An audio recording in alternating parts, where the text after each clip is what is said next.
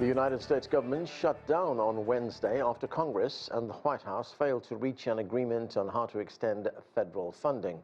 It's the first shutdown since 2018, which was the longest in history, lasting 35 days during Trump's first term. Right now, there appears to be no clear path to a resolution, with the two sides at odds over how to resolve the impasse. We are going to have to lay some people off if the shutdown continues. We don't like that. We don't necessarily want to do it, but we're going to do what we have to keep the American people's essential services continuing to run. We're not going to support a partisan Republican spending bill that continues to gut the health care of the American people. Not now, not ever. There is much to talk about. Let's get straight to our panel. Jaden Horan is a political analyst. Douglas Sloan is a Democratic strategist and principal with the National Council Strategy Group.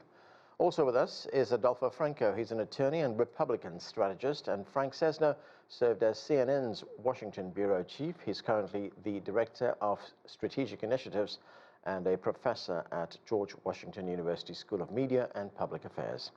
Thanks, everyone, for being with us. Frank Sesno, as I said a moment ago, the country has been here before, but how did we get to this situation this time?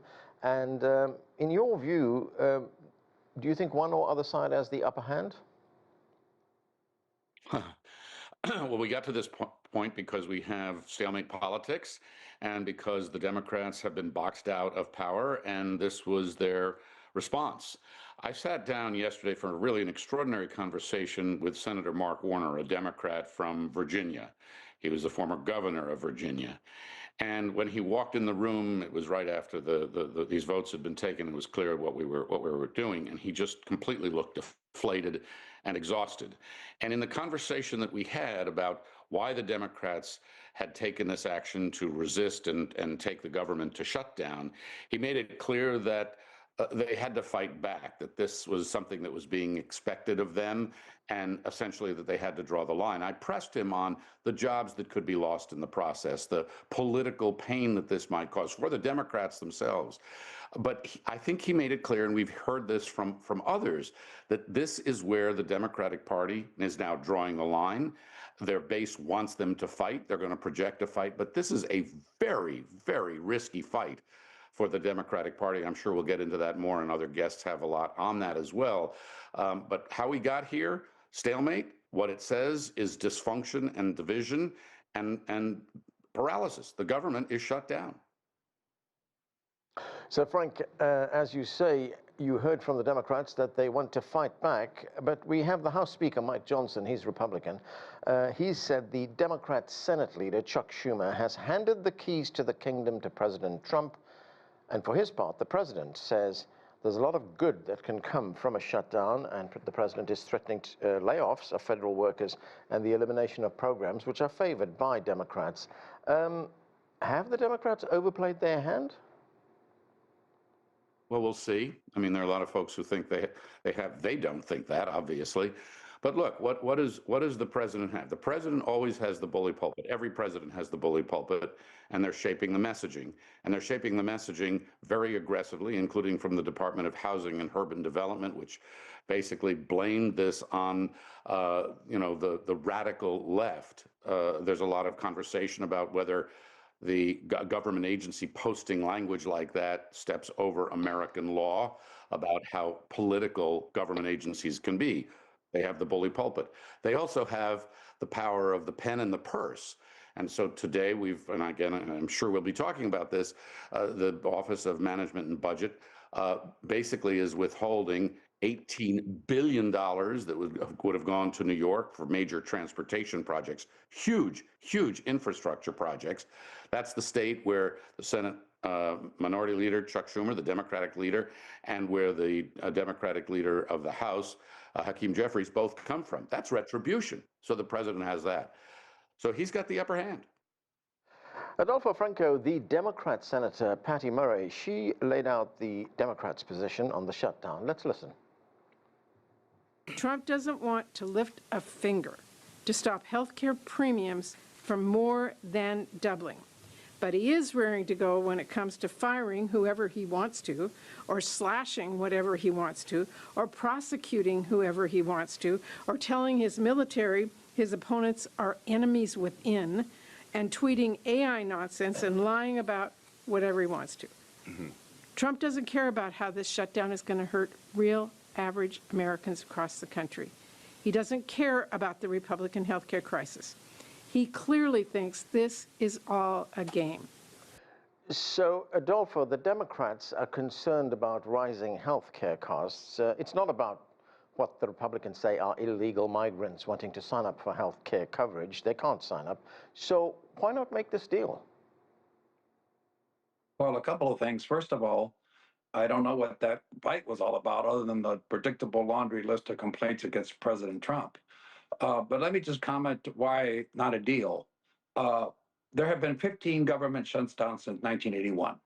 And in every one of them, the party that obstructed what was an ability to move the party forward paid a price.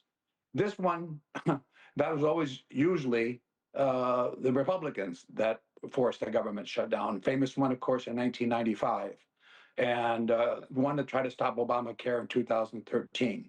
If the media is honest, they will do what they did in the past and blame the Democrats. Why?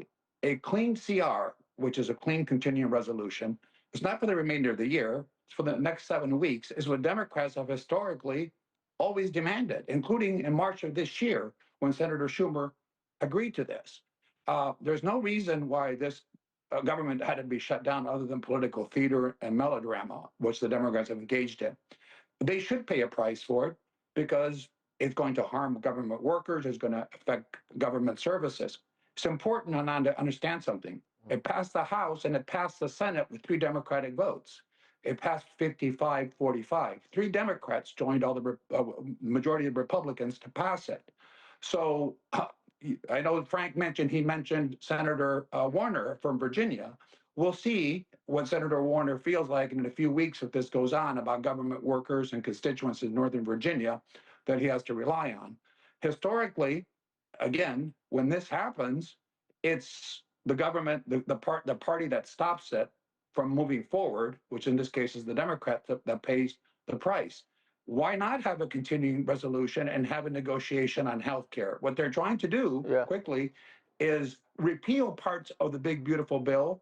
In 2013, Senator Cruz tried to do that with Obamacare through the same tactics. That didn't work, and it inured to the benefit of President Obama. And I think the same should here. It's exactly the same scenario as 2013. Okay, let me, Okay, Adolfo, let me go to Douglas Sloan for this. Douglas, what is your view on what you've just heard there? I mean, the senators have gone home for a few days. They'll only be back on Friday, but it will give them time, especially the Democrats, to think about their options. What options do they have? Well, I think the Democrats are going to hold the line here. Schumer, the last time we had a looming shutdown and he voted against his party, caught hell for it from the base. So this time, Schumer is standing back, Hakeem Jeffries is taking the lead, and they are taking a page right out of the Republican playbook here, as Adolfo pointed out, to try to get some movement to save health care for millions of U.S. citizens. They could not stop the big, what Trump called beautiful bill. I would argue with it being beautiful, from going through and robbing people of their health care. And now they are playing the only card that they have left, to do a government shutdown, to try to force Republicans come to the table, negotiate to give people the health care. And quite frankly, this is what the base wants. Base Douglas, wants to see Democrats fight back. Yeah, okay, Douglas, I just want to get onto something else. I mean, you mentioned that the last time this happened, Chuck Schumer took heat from the base. But just looking at this New York Times Siena poll that was published a few days ago, it shows that 1/3 of Americans believe the country's political systems can solve problems. Just 1/3 believes that. Independents blame both sides for the shutdown, but those same independents are twice as likely to blame Trump and the Republicans. And the Vice President, J.D. Vance, said, you don't shut down the government and you don't take the government as hostage because you want to engage in negotiations about health care costs. What do you make of J.D. Vance's words there and that poll? Douglas? Well, the polls that I've been reading show that most Americans blame Republicans. After all, they are the party in power. They have the White House, they have all of the U.S. Congress, so they're the ones that are responsible for what's happening here. Most Americans will see that, regardless of any other minutia that may be going on. The Republicans are in control here, so they're the party that's going to get blamed. And best believe Democrats will bring that up during the midterms. I think that the take-home lesson here is that Republicans are the party that started off with this type of brinksmanship, and Democrats were getting their hind parts handed to them on a regular basis by the Republican Party. And now the tables are turned. The Democrats have taken a page out of the Republican playbook, as I said earlier, and are moving forward with these type of tactics to get what they want. And I am confident that we will see some movement on this, because ultimately Trump will get blamed. Jaden Horan, whether Trump gets blamed or not, I mean, we'll have to see whether that happens, but he is playing hardball for now. Jaden, as Frank Sesno mentioned a moment ago, the White House has now carried out its threat to withhold billions of dollars, $18 billion, for two major infrastructure projects in New York. These are two of the biggest infrastructure projects taking place or underway in the country right now. I mean, the gloves are off as far as the president is concerned. No holds barred here. I mean, what kind of pressure is this going to put on the Democrats? I mean, to be honest, this is truly remarkable, because actually all of this is just this is all bully pulpit. What is really interesting about government shutdowns and what is really lost in all this rhetoric is the fact that, President Trump has threatened these things, but these are actually core functions that the executive has to and is mandated to take by law. So the Anti-Deficiency Act requires that the president impound all monies that are non-essential. Infrastructure is obviously not essential, especially in a long-term spending project. So really what is going on is the rhetoric that Trump is using is actually designed to put pressure on Democrats. And for whatever reason, like that clip with Patty Murray, they're conceding the rhetoric presented by the president. That OMB memo that talks about the reduction in force isn't actually a reduction in force. There aren't going to be mass firings. It still mandates the normal process. It just makes the reduction in force process something that is exempted from the impoundment of funds and allows it to continue, but it still is the normal process of 60 days. All of this is rhetorical bully pulpit threats. And for whatever bizarre reason, Democrats are buying into it and their base is feeling pressure on it. And it's because this is all political posturing. They have not been able to stand up to the president. And this is their symbolic stand up. But making it about healthcare when it's not about healthcare, and conceding central points to the president rhetorically does not give them any advantage. And to be honest, Hakeem Jeffries has no power in this. This is everything to do with the Senate. Yeah. And it really is everything to do with the fact that Schumer took so much heat from the left wing that now if he doesn't stand up, he won't be minority leader or majority leader in the next round, because he will be primaried out in New York City.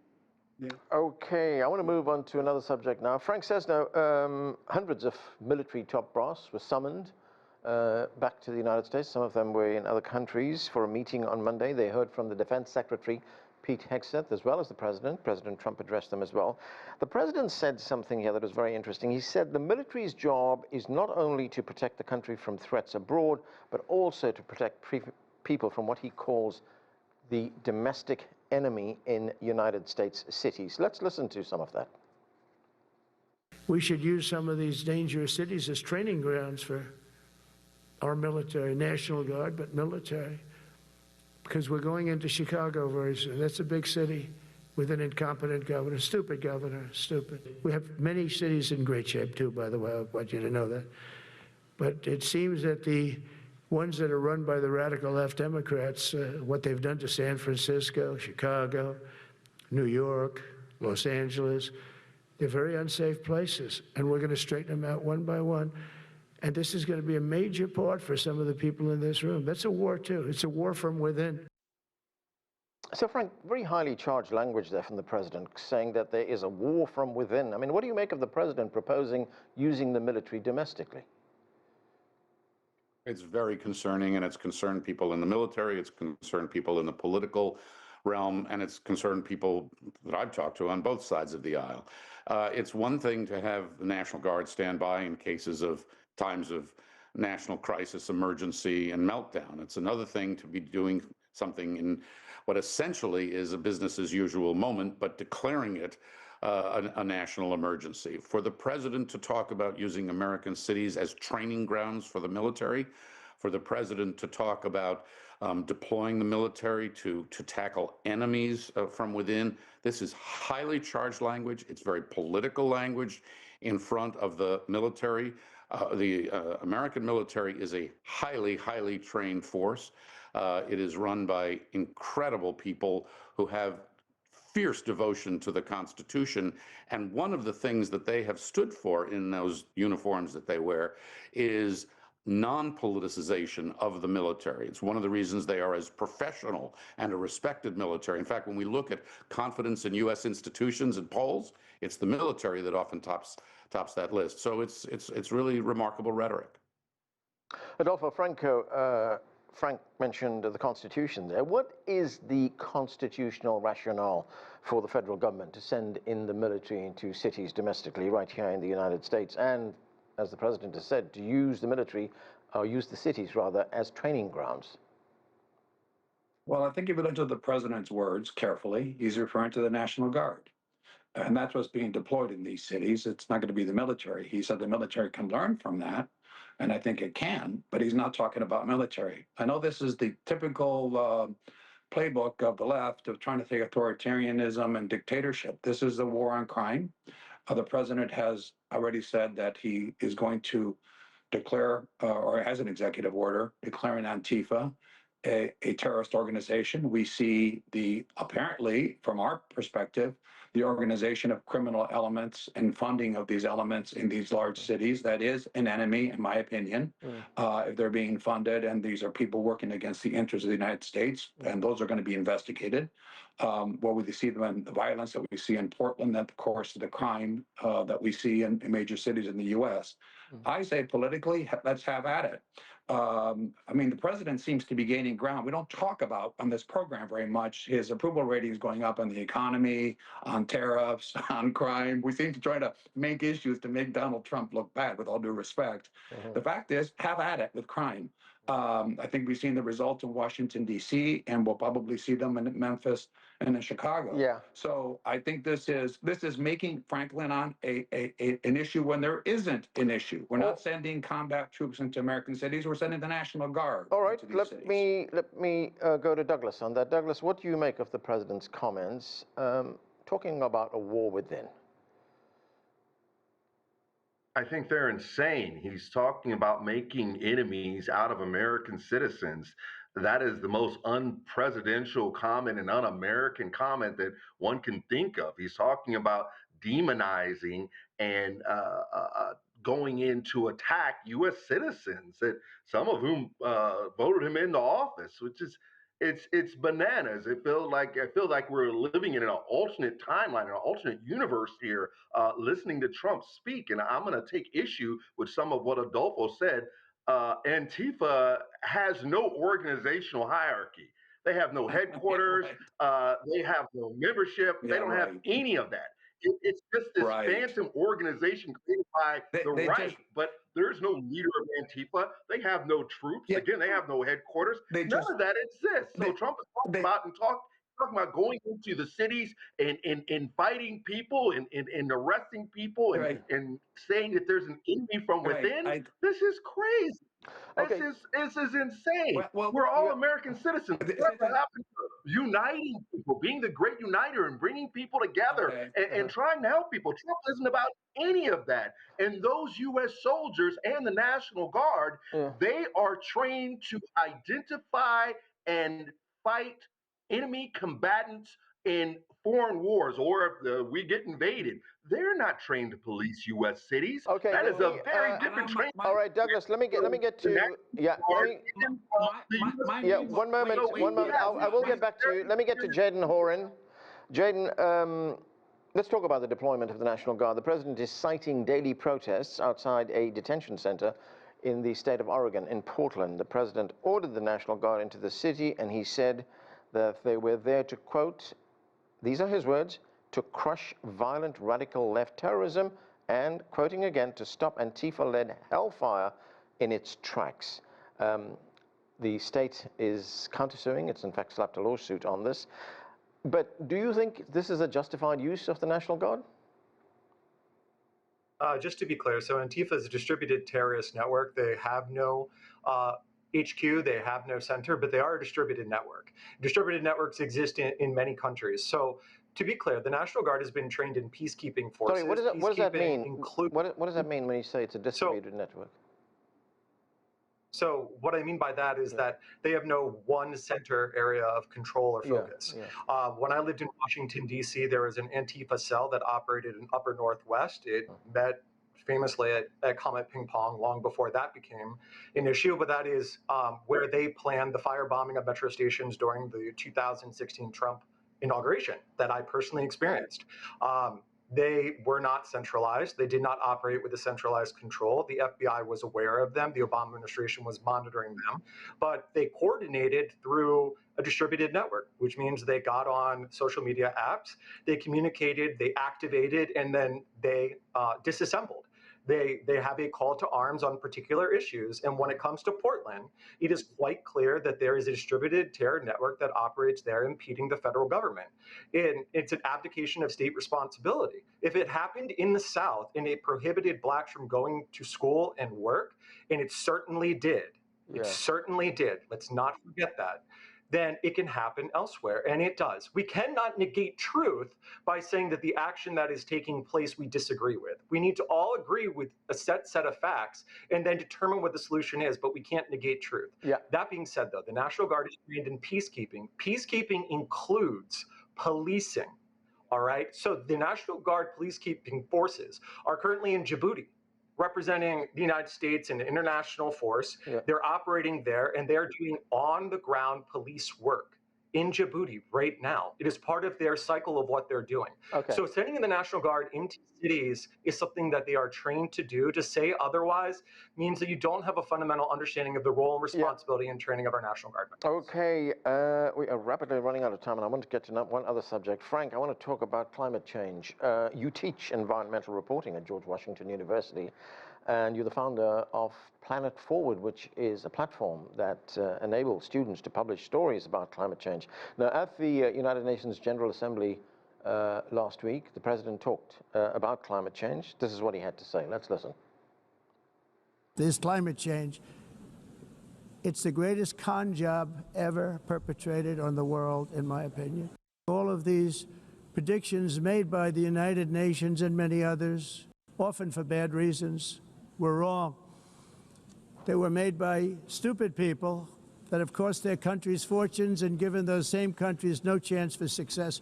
And I'm telling you that if you don't get away from the green energy scam, your country is going to fail. The carbon footprint is a hoax made up by people with evil intentions, and they're heading down a path of total destruction. So, Frank, how does one tell the story of climate change when, as we just heard, the president thinks it's a hoax? Well, you have to tell the story of climate change. You know, the science speaks for itself. We know how many parts per million of carbon are in the atmosphere. There's a very simple test that anybody can do with a terrarium and a heat lamp, and you can pump carbon in and you can measure the temperature. If you put two side by side, the one with the carbon dioxide in it will heat up quicker than the other one. We know what global temperatures have been. We have tremendous amounts of science. It's fair to have a discussion about how much, how fast, how serious, how much should be spent. It's not fair to say that people who've done this work are evil, have evil intentions. There's not some grand conspiracy. I know many people who come from very different perspectives who are working on this topic. So what you say is what you need to say. I will say something else, too. One of the great ironies of the president's declaration is that by opting out of the race to come up with renewable energy and battery power and electric vehicles, he's ceding a very important contest to the very country that he says is our main adversary, or one of them anyway, and that's China. Because China now is owning this space, and their electric vehicle industry is starting to dominate the world. And you talk to an American auto manufacturer, and they feel complete whiplash, if I can mix my metaphors here a little bit, with all of this. So it's You know, it's Donald Trump being Donald Trump, stating things in such emphatic ways. There's a place for debate, but he doesn't paint any space for that at all in the way he speaks. Adolfo Franco, when the president says there are people out there with evil intentions, what is he referring to? Oh, he's referring to people trying to rip off, as you said during the speech, a scam to make money and a scam to try to exploit energy policy. Because what you didn't play on this program, and Frank didn't comment on, is China's building a coal plant a day. Has anybody been in Beijing and seen the quality of the air there? Has anybody been to India? They're building more renewables than ever, and they are powering they're using. It's curious how I don't get to interrupt, but other guests do. They're using coal. They're using all kinds of dirty energy. The same thing as India. Okay. Both of them are. Yeah. Well, you asked me a question. Yeah, go ahead. They are violating these things. They are, as the president said during his speech, it's global air. So which would put the United States at a huge disadvantage. That's what he was saying. While others in the world cheat on these rules. I've just got a minute left. I want to get back to Frank. Frank, you were saying something. No. Adolfo is making his point. I was merely saying the Chinese are building massive amounts of renewable green energy. Are the Chinese using coal, Frank? Yeah, I'm not saying they're not using coal. What I'm saying is their investments are going massively into that. That's not a hoax. They're building it because it is an investment in their future. What I am saying is if the United States is not going to play on that ground, it is going to cede that competition. Okay, and we have to leave it there. We have run out of time. Thanks to all of you for being with us. That is it for this edition of The Heat. I'm Anand Naidu in Washington.